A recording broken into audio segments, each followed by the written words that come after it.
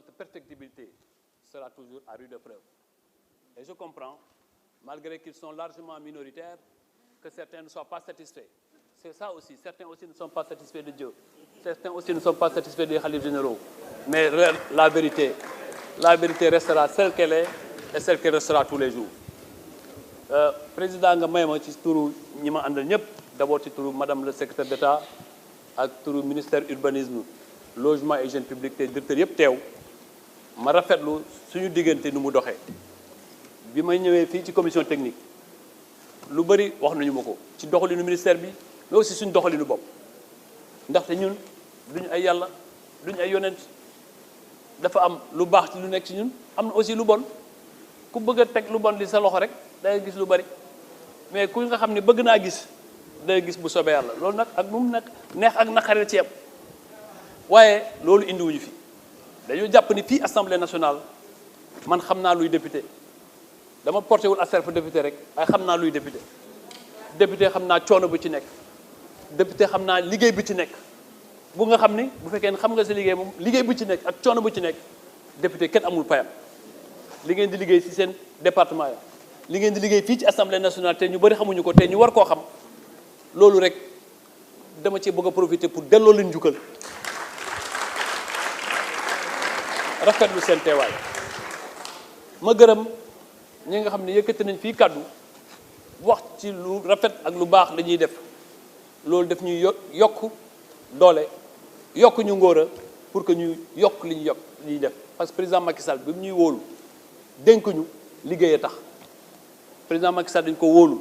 réew mi yëpp wóolu ko dénk ko mu jël benn pàcc dénk ko man ak Victorine Ndeye ak suñu collaborateurs yi ñu àndal ci loolu ala kulli alin dafa am lu bari def nañu ko jéego yu nga xam ne kenn mënu cee werante ci mbirum hygiène publique ci mbirum logement comme ci urbanisme te li nga xam ne teg nañ ko ci commission technique nag am na ñu nga xam ne ñëwuñu woon commission technique loolu mooy problème bi am na ñu nga xam ne ñëwuñu commission technique bu ñëwul commission technique duñ xam li ñu fa wax yëpp bu ñu leen lire rapport bi tamit rapport bi day xaw a gaaw loolu mën naa leen comprendre mais danaa ci ñëwaat mais li ma gën a rafetlu mooy ñi nga xam ne jël nañ ci kàddu wax li nga xam ni def nañu ko encouragé ci li des may gërëm bu baax même bu fekkee ni jóge dem na Mame Diarra Fam suma mag Mame Diarra Fam député ci bu ñuy def code de l'urbanisme ak code de la construction parce que président bi ñu ñëwee ci ministère bi dafa ñoo jox ndigal nañu dama bëgg code de l'urbanisme ngeen adapté ko ba mu méngoo ak lii dox ci jamono mais aussi code de l'urbanisme jël ay mesures yu nga xam ni li yàqu-yàqu yuy am te ñu koy constaté ci réew mi ñu arrêté ko code de l'urbanisme boobu bu ñu koy commencé mënoon nañ nag toog jox suñu expert ñu defal ñu code mais dañoo ñëw nee nañu waxtaan ak ñëpp ñu boole ci député à l'Assemblée nationale ma ci gërëm bu baax seen représentation yu ñëwoon malgré convocation bi yéex na ñëw mais ñoom ñëw nañ teew ànd ak ñun bokk ak ñun liggéey bi liggéey boobu joxe nañ ko ci gouvernement bi ci ay fan yu néew xam naa dana ñëw ci Assemblée nationale ñu am code yu bees code yu gën a méngoo ak li ñuy doxal code yu nga xam ne itam sénégalais yu bëri en tout cas am l'extrême majorité dañ ci gis seen bopp loolu tamit muy liggéey bu nga xam ni Sénégal depuis 2008 ñu ngi waraat pour amaat code te bu soobee yàlla ci 2022 dana am code bu méngoo ak liy dox ci urbanisme liy dox aussi ci construction madame Mame Diarra Fam laajte na ma ci affaire panneau yu ñu daane est-ce que yéen a ci joxe ndigal mais DSCOS mënul def lu nga xam ne gouvernement joxe ko ndigal gouvernement ko jox ndigal man dama koy assumer parce que li xew sénégalais bu ci c'est vrai amul kenn kuy jël mbir di ko daane ou bien liggéey ni di ci laal te doo am naqar waaye autant nit am na droit liggéey autant aussi nit war a am droit respecter le droit à un cadre de vie sain des Sénégalais li xew ci Ndakaaru fu la neex nga teg panneau te amul benn yoon fu la neex nga teg panneau fu la neex nga def affiche fu la neex nga bind ci lu la neex loolu day denc ci réew mi te loolu fu mu firndikoo fu mu sukkandikoo ba ñu xoolee fu ñu sukkandiku ci loi boo xam ne 1983 la am 1983 ak léegi li fi xew ak a bëri acte de ci loi de 96 jaar na fi mbir yu bëri soppeeku ànd ak mbir te ba tey ñu boole ko bokk ko ci mbirum publicité boobu mairie Dakar rek moo amoon léegi am na 19 communes d'arrondissement nga am 19 communes d'arrondissement nga am mairie de Dakar nga am état ku ci nekk di autorisé mais kooku il faut ñu arrêté ko ñu wax te Descos am ñu wax waa Descos lu ko yónnee lu ko boole ci ay panneaux mais Descos ci njàngam xam moo tax ñu bëri duñu gestu Descos dañu leen wax ni occupation des sols lañ ko xooloo occupation des sols nag bâtiment ak poteau ak bant ci yem foo teg poteau teg fa bant ou bien teg fa brique boo foo ko warul teg Descos dafa koy jëlee ko loolu nag menace ak chantage duñu tax a dellu ginnaaw loolu moom na leer parce que wax ni woy et puis loolu itam dañ ko xoolaat mbir ñi naka lañ koy joxe ak naka lañ ko joxewul yépp danañ ko saytu mais terewuñ danañ waxtaan ak ñoom danañ toog waxtaan ak ñoom ñun ak ministère de la communication ñun ak ministère des collectivités territoriales ñun ak ministère de l'intérieur loolu la ñu président digal ñu waxtaan ak ñoom ñu définir cadre bu bees nga xam ni képp kuy teg poto affiche da nga xam fu ñu ko war a teg li nga ci bind aussi mu méngoo ak li république bi nangu boo ko deful yoon dana dal sa kaw bu soobee yàlla loolu nag loolu moom honorable il faut ñu xam ni loolu dañ ko continuer te loolu ñu war a encourager malheureusement wax na ni itam li ñu def ci Ndakaaru ci set setal moo tax yéen a bokk ci camp opposition waaye moom reconnaître na au moins def nañ dara ci Ndakaaru ci set setal bi mais moom dafa ne aussi nañ ko élargir ci réew mi ci biir réew mi loolu moo am parce que yow loolu capta dañ ko commencé waat parce que ci programme président Macky Sall ci liggéeyal ëllëg 2019 def ci bind Sénégal zéro déchet Sénégal zéro déchet mu jël ay jumtukaay joxe ko jël UCG gën ko jox doole ne UCG bu mu yem rek Ndakaaru UCG Ndakaaru képp la yemoon Ndakaaru képp la doon réglé léegi président ne UCG ci Sénégal gépp ngi foofu te sëñ Cheikh Abdou même dëkk bi nga dëkk bu la neexee na nga tëj say bët mais boo rombee gis UCG boo rombee gis ay xale yu bale boo tëjul say bët fàttuloo say nopp da nga ko dëgg parce que loolu lu ne fang kenn du ko jeex loolu moo am te loolu tamit bi ñu koy démarré bii pas dañoo ne président dafa ne bu leen tëb rek lu ngeen di def leen ko ak organisation ñu ne bii pas ni ñu ko war a defee mooy d'abord ñu commencé ci 14 capitales régionales yi boole ci yeneen ñeenti départements yu nekk Ndakaaru ñu démarré ba mois de mars ñu évaluer lu ñu defagum président newaat ñu bu ngeen koy def bu leen dem rek ci responsable politique yi ne leen nañ def set setal mu ne dem leen ci école yi nga xam ne xale yi parce que ku am 40 ans 50 ans pour nga changer ay jikkoom day jafe mu ne nañ dem ci école yi nañ dem ci daara yi nañ dem ci bajjanu gox yi nañ dem ci ASC yi ñu inculquer culture de la propriété ñu boole leen ci li ñuy def bu ñu xool benn connotation politique bu ñu xool benn coloration politique bu ngeen gisee ñu def ko ci lycée Sergent Malamine Camara loolu moo indi philosophie bu bees boobu te loolu tamit am na ci 14 capitales régionales te président yemul ci loolu dafa ñëw présider ko à Dakar ne ministres yi mu jël 13 autres ministres mu ne représenter leen ma dans toutes les capitales régionales te bu ñu demee ba mois de mars bu ñuy saytu dañ leen oowaat ñu saytu xool li ñu defagum ci capitales régionales yi ak ñeenti département Dakar yi lu ñu ci war a rectifier ñu rectifier ko et ñu élargir ko maintenant dans toutes les capitales départementales loolu tamit démarche la ba nga xam ni ku ci bëgg a dugal boppam da nga ci dugal sa bopp ku ci bëgg a gis sa bopp da nga ci gis sa bopp incha allah wax na itam ci affaire logement yi ci diaspora bi président ci li mu njëkk a tudd mooy nañ jël ci li ñuy def 20% jox ko diaspora madame Victorine Ndeye secrétaire d'État nga xam ñoo bokk liggéey bi am na ay réew yu mu commencé visiter ko te li ñu commencé te loolu itam fii la assemblée la commencé parce que fii aménagement ay privé rek ñoo ko doon def président moo dugal ci mbirum construction au Sénégal créer société boo xam ne fii lañ ko wotee def ko SAFRU muy société d'aménagement du foncier et de la rénovation urbaine mu nekk ni te bu njëkk ba dañoo ne aménagement yi na yem rek ci aménagement primaire président mu ne na dem ba aménagement tertiaire parewul loolu mu créé benn fonds pour nga xam ne dañoo néew doole Sénégal ñu bëri bëgg nañ am logement mais am néew doole mu créé fonds bu nga xam ne day garantir ne néew doole nga xam ne amuñu revenu de 450 000 francs CFA loolu tamit mu nekk lu nga xam ni lu rafet la ci doxalin maintenant président dafa ne woon nañ jox priorité ci promoteurs yu nga xam ne ci réew mi lañ dëkk loolu commencé nañ ko mais président dafa am objectif aussi promoteurs yooyu ñu jox ñu def nañ ci ay 9 ñu nga xam ne signé nañ 9 conventions 10 ñu nga xam ne ñu ngi ci procédure pour ñu signer bu ñu paree lu ñu xayma sénégalais dañu mën a créer au moins 28 000 logements par an sénégalais mais loolu dañoo jàpp ni doyul moo tax ñu ubbeeku ci partenaires étrangers te ci ay weer yu néew da ngeen gis yu nga xam ne signature yu nga xam ni pour bonifier pour booster la construction ñu ngi may wax naa gaawal mbir yi parce que waxtu wi mais dinaa ci ñëwaat bu soobee yàlla bu la neexee mën naa ci ñëwaat ci tontu ci écrit. beneen bi Cheikh Abdou vraiment kontaan naa ci li nga wax xam nga man dama ñemee contradiction xam nga malheureusement da nga ma xamul bu baax yàgg nañu xam ne xamante wuñ bu baax xam nga li tax man musuma daw wax musuma daw débat musuma daw démocratie parce que ci débat ak démocratie laa jur te li ñu def Macky Sall neex a àndal lool gouvernement Macky Sall neex a défendre lool moo tax boo ma owoon suba 8 heures ma ñëw nekk ak fii ba minuit pare naa ci loolu parce que am naa naqar tey mën a ñëw tey fu 4 heures ba 4 heures ba tey ma toog fii di xaar pour rek débattre ak yéen discuter ak yéen am occasion wan la li ñu def parce que boo fekkee ne da ngaa bande sa bët yi ma dindi bande bi nga gis loolu moo ci am solo maintenant nag tooñ nga ma lu nga xam ne ñoo ko bokk parce que tooñ nga ma ci affaire sport bi mais man su ma paree suma liggéey comme yow foo paree sa liggéey yi ngay def à gauche à droite te nga nekk député te nga nekk député man su ma paree suma liggéey mais dafa am ñu nga xam ne bu ñu paree seen liggéey dañuy toog ci baar ya am na ñu xam ne bu ñu paree seen liggéey ñu ngi ci leneen man su ma paree suma liggéey maa ngi ci football ba su ma paree suma liggéey loolu lu bari te nag sëñ Cheikh Abdou fii ci réew mi la ñu bokk li may wax ci biti ci sama liggéey bokkul ak li ma wax tey ci assemblée nationale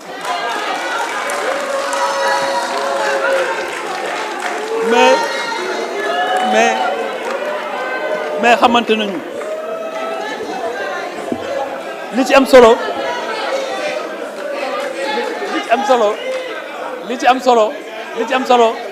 maintenant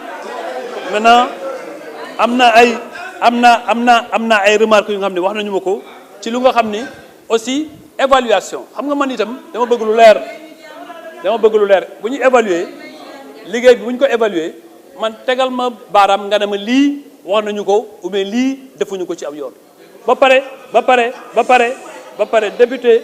ba pare am ngeen am jumtukaay xam nga réew mi dafa nekk démocratie dafa nekk état de droit ministre yi dañ leen di contrôler mu am cour des comptes am inspection générale d'État ci ministère des finances am na inspection générale des finances mais bu dul loolu député aussi seen mission c'est de contrôler l'action publique loolu may naa la waxtu bu la neexee soo ministère suñu direction yëpp ubbeeku na loo bëgg a enquête loo bëgg a laaj loo bëgg a xam dañ la ko xamal ci waxtu yu neew li des nag mooy ma gërëm bu baax groupe parlementaire yëpp yu fi teew gërëm député yëpp ci président Aymérou li ma wax ci lu nga xam ni àggaliwuñ ko danaa ko saytu ak sumay direction te dañ la tontu ñu xool ne ko lañ koy àggalee bu soobee yàlla maa ngi leen di gërëm di leen sant wa salaam. Je vous remercie, Monsieur le ministre. Madame le secrétaire d'État chargée du logement et de l'hygiène publique, est-ce que vous avez des compléments à faire, Madame le secrétaire d'État? Hein? Non, fii micro bi baaxul. S'il a des compléments, il peut. Monsieur le Président, je n'ai rien à rajouter. Merci. Merci beaucoup, Madame le secrétaire d'État. Monsieur le ministre du Travail, du Dialogue social et des relations avec les institutions assurant l'intérim de Monsieur le ministre des Finances et du Budget, vous avez la parole. Je vous remercie, Monsieur le Président. Monsieur le Président, très chers collègues, Mesdames, Messieurs les honorables députés, je ne dirai qu'un mot, un seul mot. Est-ce que sur la question de l'urbanisme et de l'habitat, sur la question de la propreté de nos cités, est-ce que sur cette question-là, nous pouvons nous accorder, quel que soit notre bord politique? Ma réponse personnelle, c'est que nous avons là un champ de convergence possible que nous gagnerions tous à exploiter et à explorer. Et puisque j'ai dit que je ne dirai qu'un mot, je voudrais faire remarquer pour le compte du ministère des Finances et du Budget, que depuis que nous avons commencé à débattre, nous avons dit respectivement de tous les ministères dont nous avons examiné les dotations, qu'ils étaient importants au bon fonctionnement de notre pays. Nos moyens ne sont pas extensibles à foison. Nous sommes dans un monde d'urgence. il faut arbitrer. Voilà pourquoi nous faisons ce que nous essayons de faire et nous comptons sur l'apport de toutes les citoyennes de notre pays, de tous les citoyens de notre pays. Dernier mot, vraiment, Monsieur le Président, et ce mot-là, ce qui me l'inspire, c'est le fait que nous soyons là jusqu'à cette heure-ci, alors qu'on a dit que nous aurions pu être plus diligents. Acceptons tous de convenir que la politique est une chose sérieuse. Faisons-la sérieusement, faisons-la droitement, faisons-la convenablement et ensemble nous irons de l'avant. Je vous remercie, Monsieur le Président. Je vous remercie, Monsieur le Ministre. La discussion générale est à présent close. Nous passons au vote des programmes du projet de budget du ministère. Monsieur le rapporteur général, vous avez la parole. Merci, Président. Programme pilotage, coordination et gestion administrative, dépenses de personnel. 817 816 320 en AE, même somme en CP. Dépenses de fonctionnement, 1 182 100 125 en AE, même somme en CP. Transfert courant, 100 millions en AE, et même somme en CP. Investissement exécuté par l'État, 988 602 774 en AE, et même somme en CP. Total programme pilotage, coordination et gestion administrative, 3 88 519 219 en AE, et même somme en CP. Je vous remercie. Je mets aux voix la totalité du programme pilotage, coordination et gestion administrative. Quels sont ceux qui sont pour son adoption? Je vous remercie. Quels sont ceux qui sont contre son adoption? Je vous remercie. Quels sont ceux qui s'abstiennent? L'Assemblée a adopté. Deuxième programme. Programme aménagement et développement urbain, dépenses de personnel, 192 968 000 en AE, même somme en CP. Dépenses de fonctionnement, 202 911 817 en AE, et même somme en CP. Transfert courant, 300 millions en AE, et même somme en CP. Investissement exécuté par l'État, 9 679 830 812 en AE et 4 679 832 812 en CP. Transfert en capital, 12 644 263 418 en AE et même somme en CP. Total programme aménagement et développement urbain, 23 19 974 047 en AE, 18 19 974 047 en CP. Je vous remercie, mes chers collègues. Je mets au voix la totalité du programme aménagement et développement urbain. Quels sont ceux qui sont pour son adoption? Je vous remercie. Quels sont ceux qui sont contre son adoption? Je vous remercie. Quels sont ceux qui s'abstiennent? L'Assemblée a adopté. Programme suivant, monsieur le rapporteur. Programme logement, construction d'équipements et d'infrastructures publiques, dépenses de personnel, 177 160 000 en AE et même somme en CP. Dépenses de fonctionnement, 284 02 francs CFA en AE et même somme en CP. Transfert courant, 29 433 666 666 en AE, même somme en CP. Investissement exécuté par l'État, 1 337 389 431 en AE, même somme en CP. Transfert en capital, 11 959 860 000 en AE, même somme en CP. Total programme logement, construction d'équipements et infrastructures publiques, 43 192 76 099 en AE et même somme en CP. Je vous remercie, mes chers collègues. Je mets aux voix la totalité du programme logement, construction d'équipements et infrastructures publiques en AE et en CP. Quels sont ceux qui sont pour son adoption? Je vous remercie. Quels sont ceux qui sont contre son adoption? Je vous remercie. Quels sont ceux qui s'abstiennent? Je vous remercie. L'Assemblée a adopté pour le dernier programme. Monsieur le rapporteur. Programme 4 de vie, dépenses de personnel, 224 795 228 en AE, même somme en CP. Dépenses de fonctionnement, 2 810 510 244 même en AE, même somme en CP. Transfert courant, 30 milliards en AE, même somme en CP. Investissement exécuté par l'État, 9 706 245 684 en AE et même somme en CP. Transfert en capital, 200 millions en AE, 200 millions en CP. Total programme 4 de vie, 42 941 551 156 francs CFA en AE et même somme en CP. Je vous remercie, mes chers collègues. Je mets au voix la totalité du programme 4 de vie en AE et en CP. Quels sont ceux qui sont pour son adoption? Je vous remercie. Quels sont ceux qui sont contre son adoption?